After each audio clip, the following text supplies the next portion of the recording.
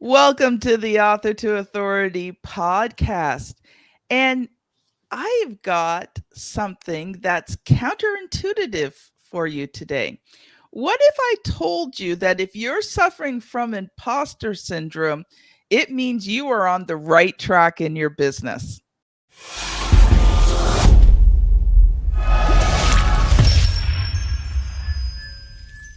I'd love to welcome Bill to the show today. He just has this really counterintuitive philosophy uh, in the way that he does sales approaches. And I am excited for today's conversation. Welcome, Bill. Thank you, Kim. You do a great job on your podcast. I've watched a few, and I want to compliment you on the work you do. You're really good at this. Oh, thank you. I appreciate that. Hopefully, I won't bring you down today. I don't think that will happen, Bill.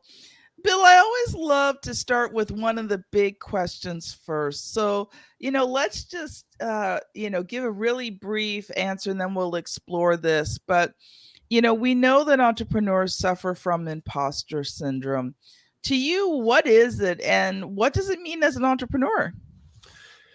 Well, the story started with me working with a lot of entrepreneurs, leaders, sales professionals over the last 3 decades. It sounds like I'm old. Oh, I guess I am. And I've always been interested in how I can go into an organization and I can give advice and counsel and training or coaching, whatever you want to call it. And certain people take it and run with it. And 80% of the people don't. And the people that run with it start to have success and they start to build their business and their incomes go up, maybe gradually, maybe exponentially. And yet people around them still say, oh yeah, that doesn't work. That's not for me. Yeah, that might be for you, but that's not the way I do it. And I'm always baffled by how that can happen, especially when one person looks at somebody else who's sitting across the room from them who is excelling because of this content that I teach, and they still resist. And I've come to the conclusion that it's something internal. There's something about how we are built, our DNA, our mindset, our perspective on life, and imposter syndrome is part of that. And imposter syndrome, you asked for the definition. To me, it's just the notion that we're not capable of succeeding, and we're so not capable of succeeding beyond a certain level that we will sabotage ourselves, and we will blame somebody else for our woes, or we'll have great information, and we all have a streak of it. I mean, we all have it. It's not like you either have it or you don't. Like I've got imposter syndrome when it comes to recording video and putting it on the social platforms. Sometimes I get that little negative voice that says, who are you to do this? I mean, really? Who are you? What gives you the right to record a video and put it out to 7 billion people? And I catch myself. So we all have it. The question is, do we notice it when we're having it? And can we take remedial action to get past it or see it for what it is, which is just a ruse? It's just our mind playing tricks on us. It's a movie that we have accepted as the truth, and it's just not. And so that's what fascinates me about the topic. It's so funny that you say you have problems with video, because I'm just looking at your bio here, and you are the co-host of the Advanced Selling Podcast, and it says it's a top 30 marketing podcast on Apple Podcasts. Like, that is incredible. And yet even you, who could do all these podcasts, still recognize within yourself that resistance to doing video. Yeah. Thank you for reminding me of their resistance. Very good. It's like an anti-therapy session. No, I'm just kidding. You have to understand, I'm amused with myself sometimes. Well, I don't, I think this is the confusing part about imposter syndrome. Imposter syndrome has nothing to do with ability or capability or skill. It has nothing to do with that. I think I'm decent at podcasting. That's why I have 2, and we've been doing it for 17 years. And I don't know if we're still top 30. We're definitely top 50 on iTunes. So I know I've got the chops to do it. It's got nothing to do with skill. It has more to do with, do you believe you deserve the success that would come from doing this on a regular basis? And that's a whole different level of psychotherapy and of really reflection. And so here's an example. We've been doing the Advanced Selling podcast, Brian Neal and I. Brian, we co-hosted for 17 years. We were one of the original podcasters. Before people knew how to download podcasts, we were doing it. And we're doing it weekly. Well, at some point, we said, well, we should do this daily. Why are we doing it weekly? You know, if it's good weekly, could it be even better daily? And we tried it for a couple of weeks daily, and we started to see some numbers, grow, but we didn't give it enough time. And we said, you know what, we're just going to relax back to weekly. So that's an example of something that I believe, had we given it 6 months of daily, we could have been in the top 10 of iTunes. But we were satisfied, and we were, and that's not a judgment. It's just a fact. Yeah. And so that's an example of, I think I have the chops, but sometimes I get in my own way.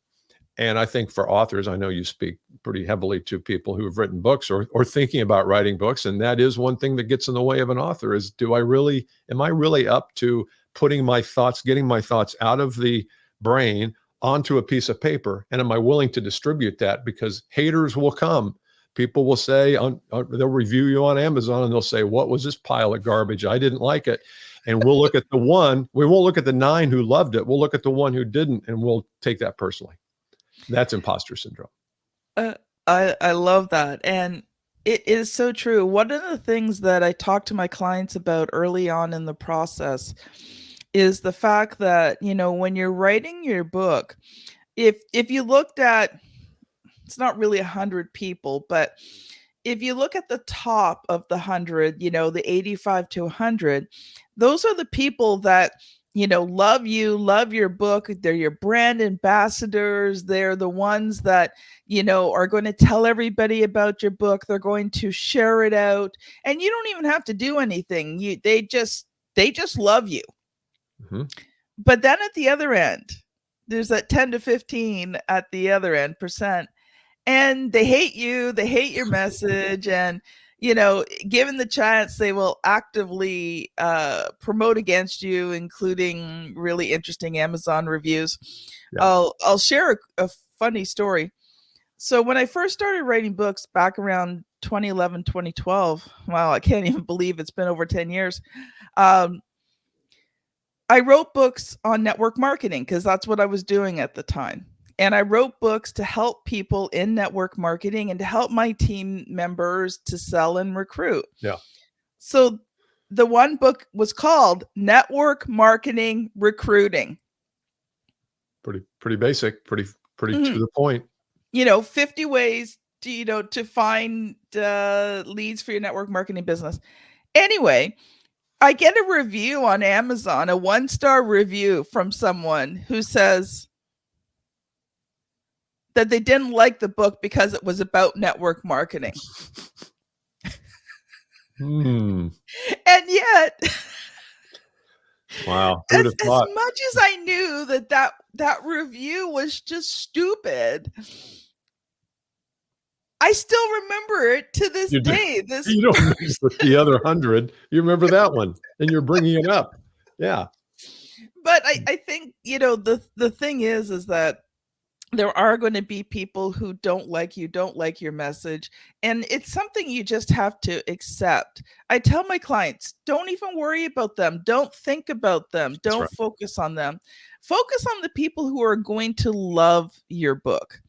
And, sometimes you have to deal with negative reviews.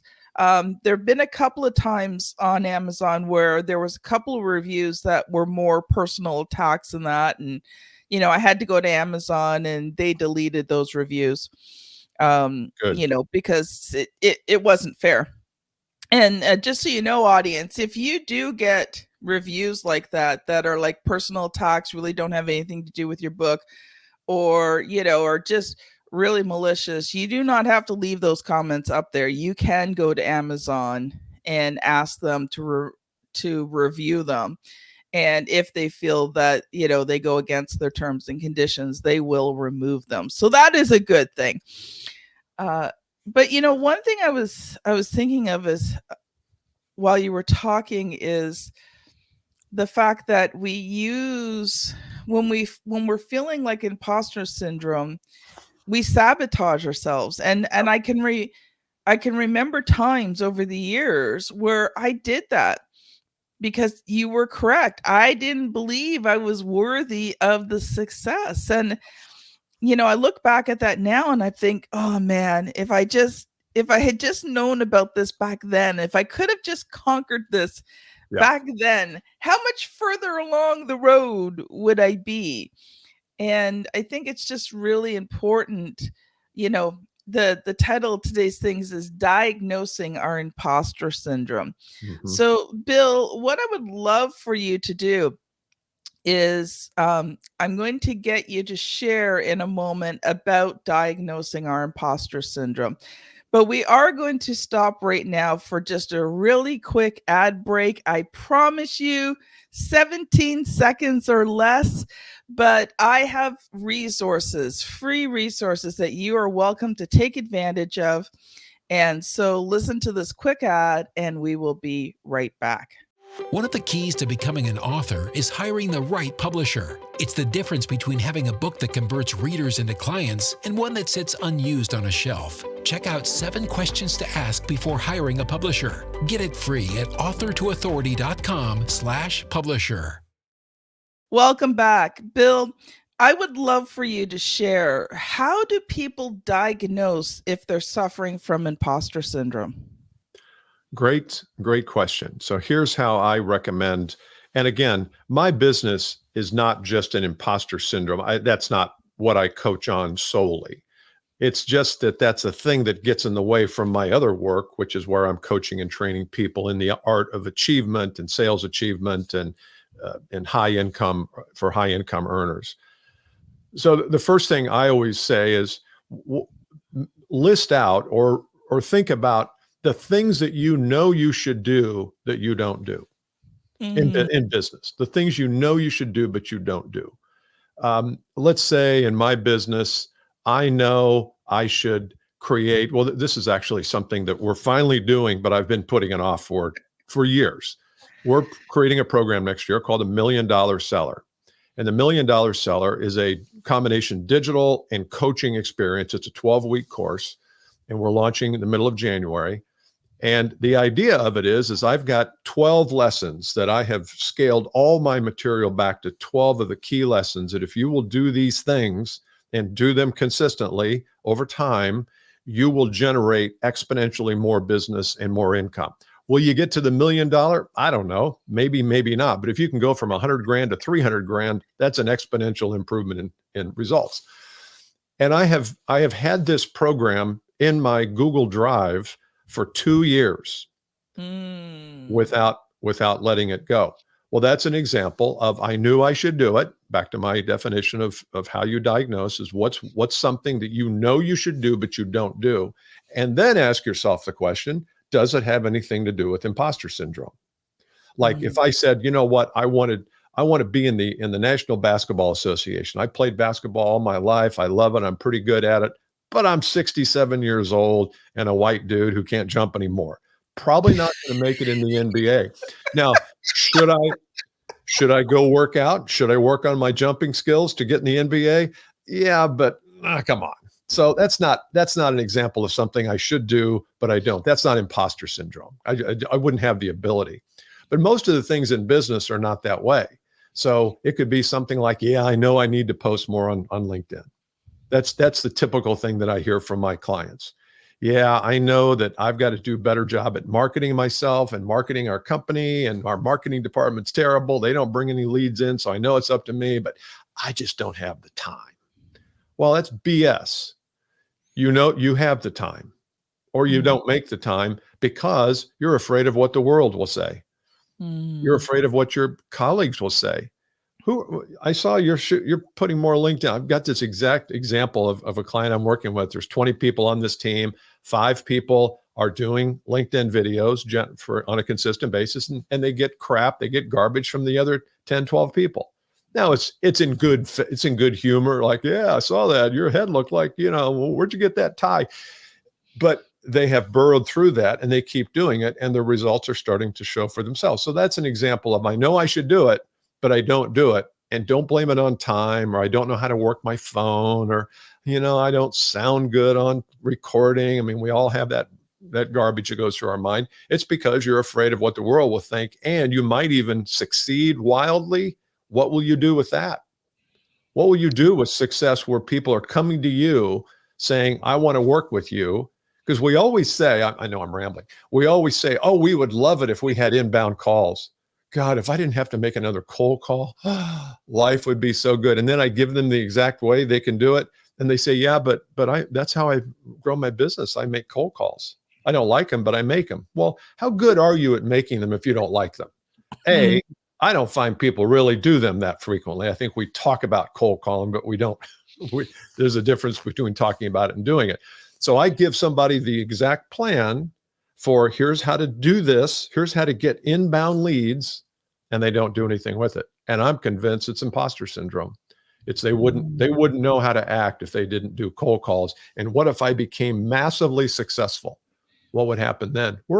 I think we're afraid of success. There's been books written about fear of success. I think we're calling it imposter syndrome now, but it's just a fear of, it's success anxiety. It's so funny because it's what we want. It's what we say we want. Yeah. And yet, what I think it is sometimes is that, we look at certain successful people. So at the time of the recording this, at the beginning of November, Matthew Perry just passed away. He just drowned, and I think of others, Robin Williams and other people like that who had everything. Yeah. Like they had the success. Yeah. And yet their lives were still empty. Yeah. And I think, sometimes when in the back of our minds, we think, okay, I want to be successful. But I think sometimes we see what success looks like, and maybe internally we really don't want it. True. Or we use that as a reason not to pursue massive success.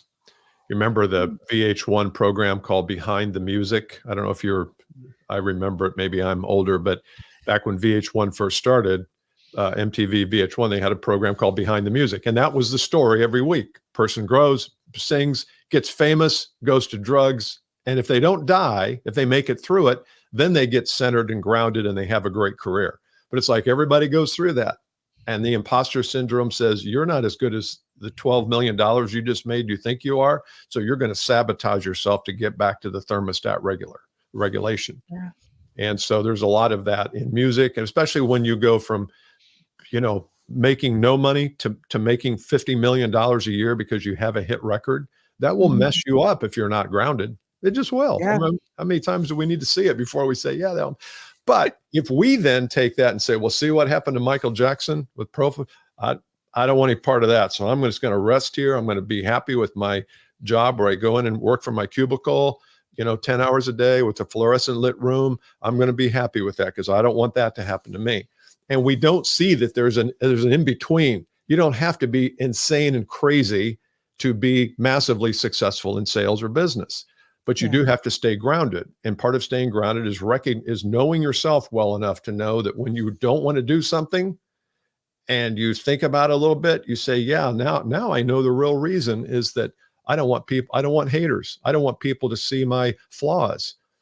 And so that's where we have to get past. And I've got some recommendations for that too, but you take it from there. I don't want to get too far ahead of us. One thing I came to realize is that I'm not everybody's cup of tea. And I've become okay with the fact that I'm not everybody's cup of tea, but I am somebody's cup of tea. That's right. And, this journey in publishing, I've had people many times say to me, well, you need to raise your rates. You're not charging enough. And I would look at it and I would realize, yeah, I do. And then there would be the but. Yeah. But what I've done over the years is every year I raise my prices. So it's become part of my business structure now. By how much? Yeah. When I was first doing it, the jumps were smaller. Now the jumps are bigger. And I've got a target goal of where I want to reach. And I've decided that I'd rather just inch up.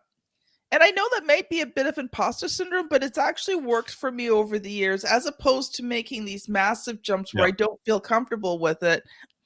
I will jump up to the next level that stretches me a bit, but not beyond the point where I'm going to sabotage myself. That's right. Yeah.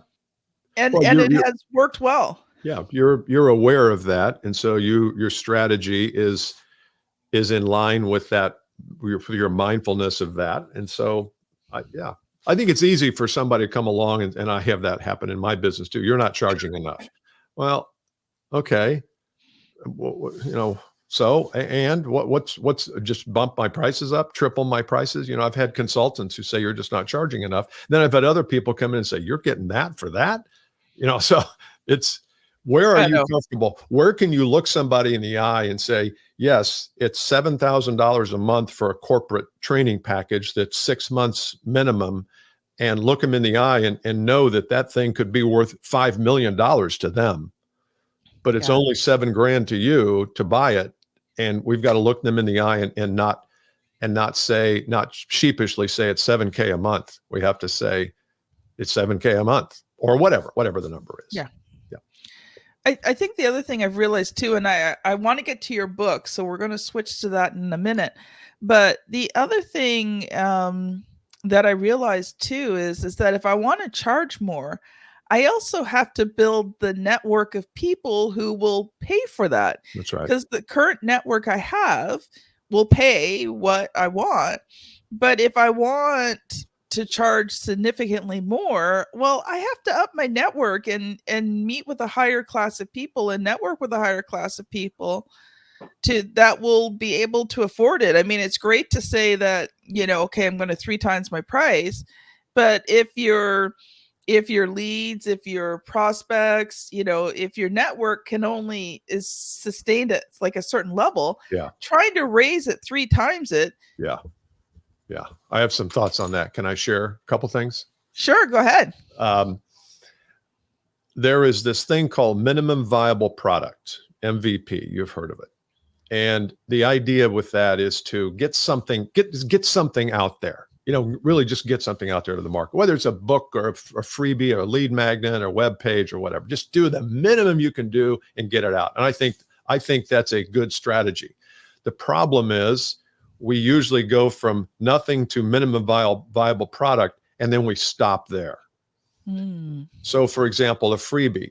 I have this discussion with Travis in my office. We're constantly saying, okay, we're going to generate a freebie. Like I've got a freebie right now. You can actually find it at billcaskey.com, not to be promotional, but it's called the $1 Million Seller Checklist. And it's a preamble to our course that we're running. $1 Million Seller Checklist. There's 15 things there. If you're going to be a $1 million seller, you should be mindful of and thinking of. So the question then becomes, okay, minimum viable product is I put it on a Google Doc. And when somebody wants it, they just get sent a Google Doc. Well, that's pretty minimal. I mean, is that what people really expect? And is that what I want my brand to look like, a Google Doc? Of course not. I want my brand to be beautiful and to be highly well designed. And I want there to be pictures and graphics. It can't just be a list of 15 things. And I think sometimes we rest our laurels on this minimum viable product thing. And then we never go back and say, let's bump this up. Let's enrich this. Let's make this really special.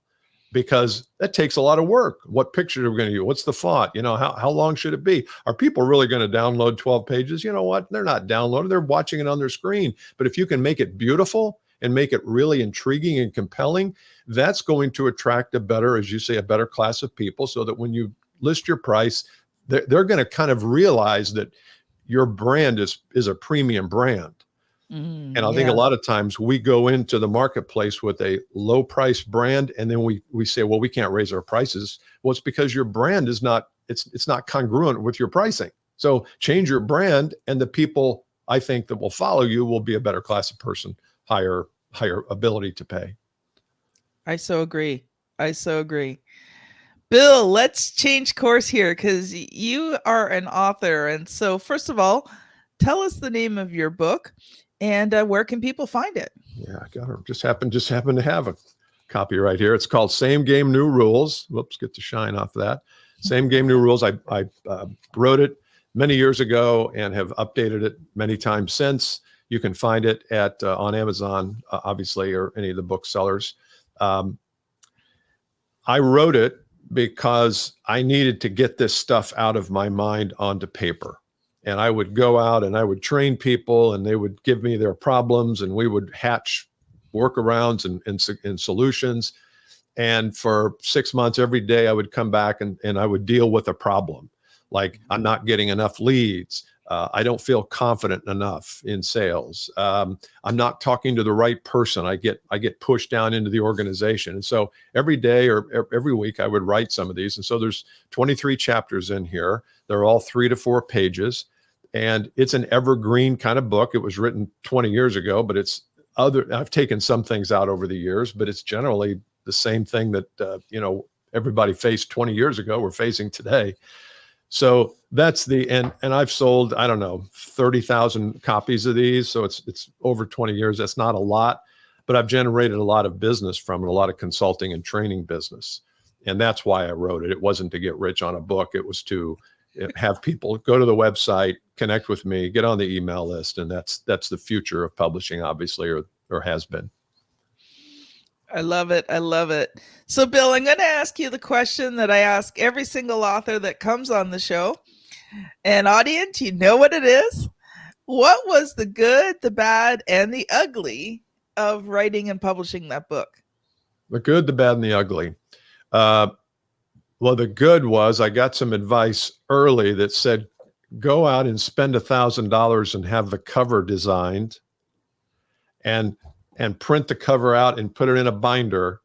And then the rest is just filling in the blanks. So the good was I got some good advice, because as I kept looking at the binder with this, I think I love this cover, still do it. Like, well, that's the book. It needs to be written. It's not like I'm just doing it in a Google Doc.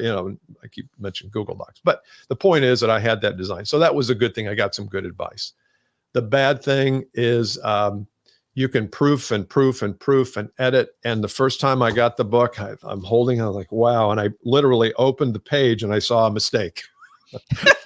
Literally, I had my wife proof, everybody proofed it. And I just read a paragraph and I thought, my God, if I just opened it and is the whole thing like that? And of course it wasn't. It was just one of those things that slipped through everybody's mind.